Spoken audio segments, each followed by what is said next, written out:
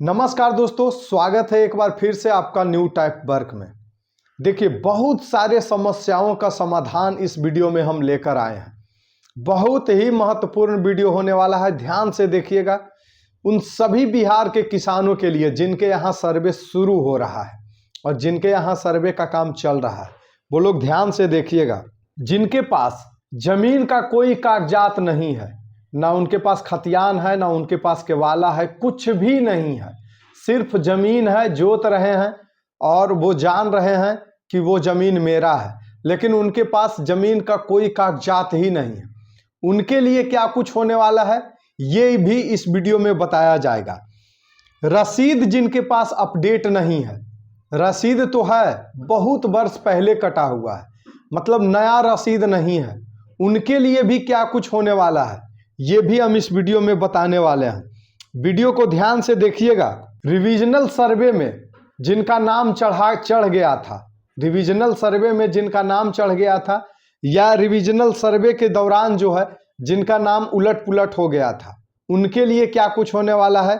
वासीगत पर्चा वालों के लिए क्या कुछ होने वाला है, जिनको पर्चा मिला हुआ था उनके लिए क्या कुछ अपडेट आया है, सारे बिंदुओं पे आज हम बात करने वाले हैं।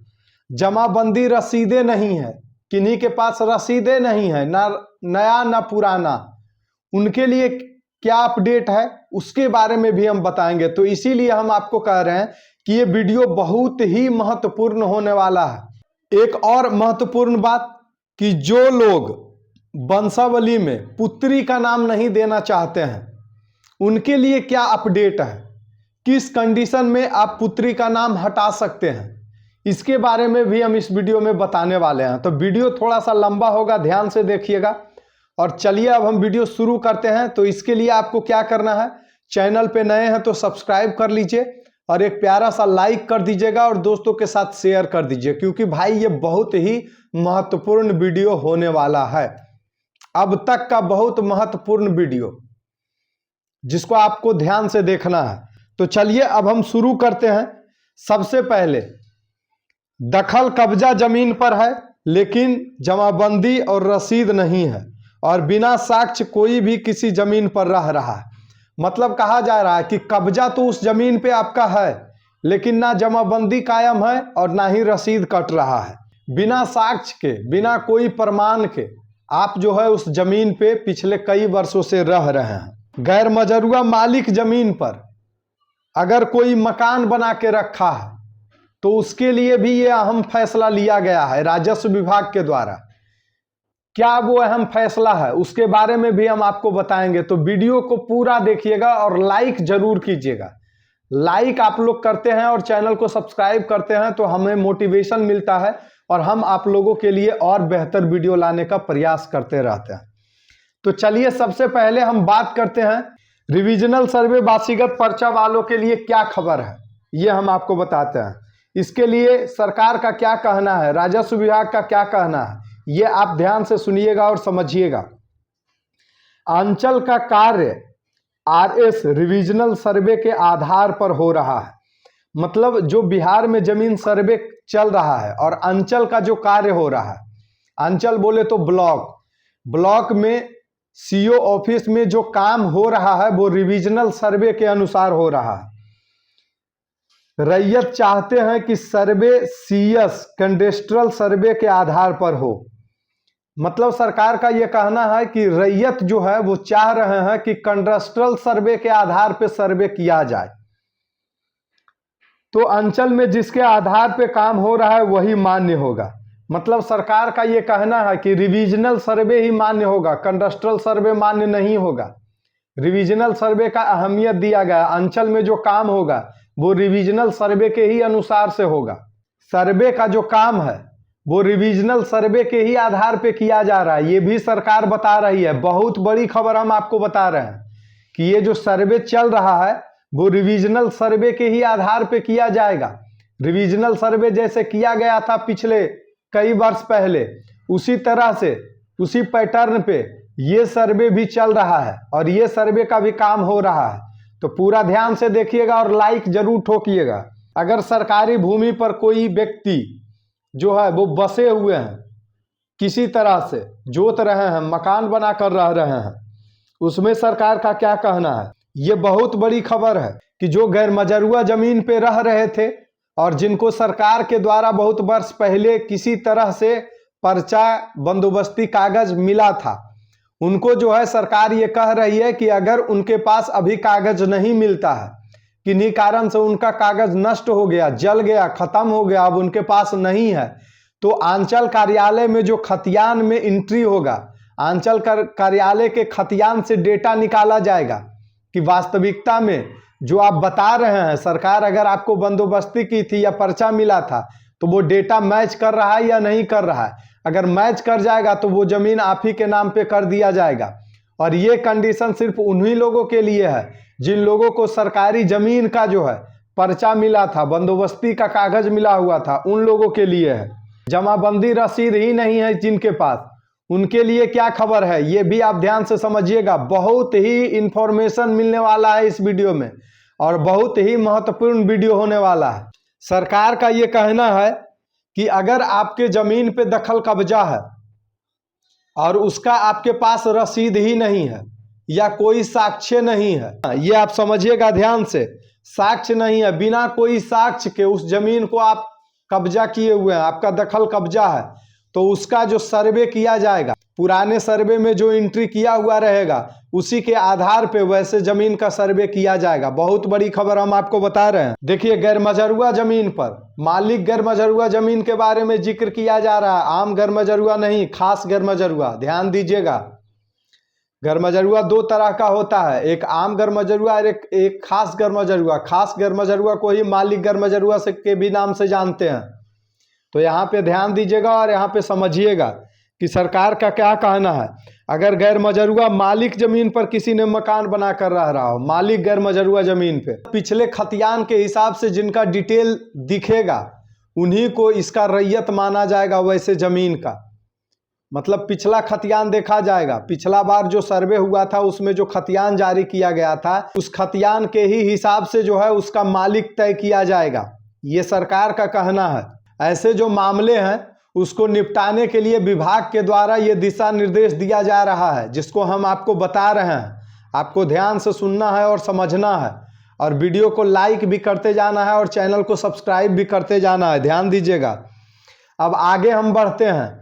रसीद अपडेट नहीं है, रसीद तो है, बहुत वर्ष पहले कटा के बैठे हुए थे, नया रसीद नहीं कटाए हैं, अपडेट रसीद नहीं है, तो भी स्वामित्व पर असर नहीं पड़ेगा। मतलब सरकार का ये कहना है कि अगर आपके पास पुराना रसीद है, नया रसीद नहीं है, अपडेट रसीद नहीं है, तो उससे जो है मालिकाना हक पे असर नहीं पड़ेगा, स्वामित्व पे असर नहीं पड़ेगा।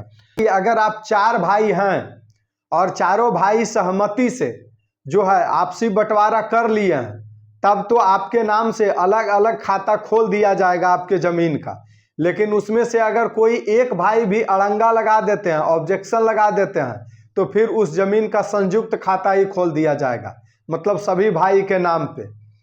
उसमें क्या होगा कि सभी भाइयों का नाम चढ़ा हुआ रहेगा, मतलब संयुक्त खाता हो जाएगा। आगे क्या बताया जा रहा है ये आप ध्यान से सुनिएगा। अगर कोई रैयत किसी कारण से यदि जमाबंदी या लगान रसीद को अपडेट नहीं करता है तो इस परिस्थिति में नए खतियान में स्वामित्व की स्थिति प्रभावित नहीं होगी। मतलब ये सरकार का स्पष्ट कहना है, राजस्व विभाग का स्पष्ट कहना है कि अगर कोई किसान अपने रसीद को अपडेट नहीं कर पाते हैं, मतलब नए रसीद को नहीं कटा पाते हैं, तो इस परिस्थिति में खतियान में जो मालिक है उसका कोई प्रभाव नहीं पड़ेगा। मतलब आपका नाम से सर्वे हो जाएगा। रसीद होना जरूरी है, पुराना हो या नया हो। पुराना रसीद भी है तो उससे भी आपका जमीन का स्वामित्व दर्शा दिया जाएगा, दे दिया जाएगा। भूमि पे जो आज के डेट में दखल किए हुए हैं, जो आज के डेट में कब्जा किए हुए हैं, जिनके कब्जे में आज का जमीन है, उन्हीं के नाम से नए सर्वे में खतियान खोला जाएगा। ये बहुत बड़ी खबर हम आपको बता रहे हैं। उसके बाद ये खबर आप ध्यान से सुनिएगा, जिनके पास कोई कागज ही नहीं है उनके लिए क्या खबर है। हम पिछला वीडियो में भी बताए थे, फिर एक बार बता रहे हैं।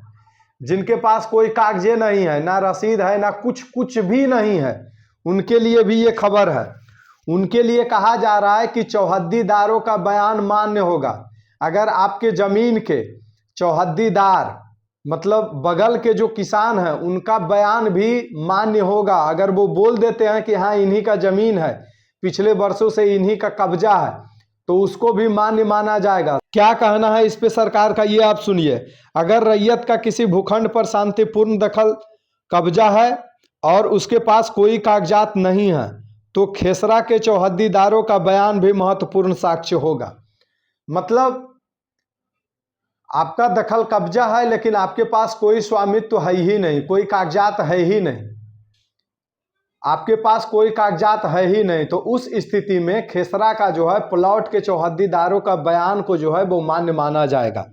ये हम आपको बता चुके हैं। साथ ही उस खेसरा के चौहद्दी में जमीन बिक्री, विनिमय या निबंधित बंटवारा में स्वत्वाधिकारी का नाम भी अहम साक्ष्य माना जाएगा और वह भी स्वामित्व निर्धारण का आधार होगा। मतलब एक चीज और कहा जा रहा है कि अगर आसपास के जमीन वाले चौहद्दीदार वाले वो जमीन को बेचते हैं तो उसमें जो है उनके चौहद्दी में जो है आपका नाम जिक्र किया ही जाएगा, तो ऐसे में भी आपका स्वामित्व को प्रभाव नहीं पड़ेगा, आपका मालिकाना हक आपको मिल जाएगा। सबसे अहम खबर की ओर बढ़ते हैं, जो बिहार में लोगों का बराबर समस्या आता है। एक हम वीडियो बनाए थे इंस्टाग्राम पे, उस पे हम ये बताए थे कि बेटी को भी मालिकाना हक मिल सकता है, करना होगा ये काम। उसमें बहुत सारे लोग यही कमेंट कर रहे हैं भाई कि आग लगा दो बिहार में। मतलब लोगों का कहना है कि बेटी को हिस्सा देने से आग लग जाएगा। बेटी अगर हिस्सा लेगी तो आप अपने बहू को भी बोलोगे कि आप भी हिस्सा लेकर के आओ, ऐसे में तो मामला गड़बड़ा जाएगा ना। तो ये तो कतई सही नहीं है, हालांकि सरकार का फैसला है तो इसको हम गलत नहीं बोल सकते हैं।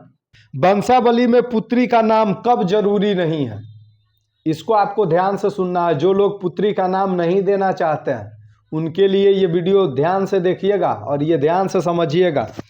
वंशावली में खतियानी रैयत की पुत्री या बहन का नाम तभी शामिल नहीं होगा जब महिला के स्तर से संपत्ति का परित्याग कर दिया जाएगा। मतलब सरकार का कहना है कि वंशावली में खतियानी जमीन में तभी पुत्री का नाम दर्ज नहीं होगा जब महिला जो है संपत्ति का परित्याग कर देगी। मतलब महिला ये कहेगी कि हमको उस संपत्ति नहीं लेना है, उस संपत्ति से हमको कोई लेना देना नहीं है। लेकिन अब आप कहिएगा कि कौन कहेगा, जिसको लालच रहेगा वो कहेगा, वो तो संपत्ति लेना ही चाहेगा। तो आगे क्या है वो भी पॉइंट को हम आपको बताते हैं। पिता के स्वार्जित भूमि की वसीयत में पुत्री का नाम दर्ज नहीं है। अगर वसीयत में उनका नाम दर्ज नहीं किया गया है तो उनको हिस्सा नहीं मिलेगा पिता के द्वारा। अगर वसीयत में पुत्री का नाम दर्ज नहीं किया गया है तो उनको हिस्सा नहीं मिलेगा, लेकिन अगर उनका नाम दर्ज किया जाता है तो उनको हिस्सा मिल जाएगा। तो दोस्तों वीडियो कैसा लगा आप कमेंट बॉक्स में जरूर कमेंट कीजिएगा, और अगर आप अभी तक हमारे चैनल को सब्सक्राइब नहीं किए हैं तो अब जाकर के सब्सक्राइब कर लो यार, क्योंकि सब्सक्राइब करने का तो कोई चार्ज नहीं लगता है। तो चलिए सब्सक्राइब कर लीजिए, दोस्तों के साथ शेयर कर दीजिए। मिलते हैं नेक्स्ट वीडियो में किसी बेहतर कंटेंट के साथ, तब तक के लिए टेक केयर, बाय बाय।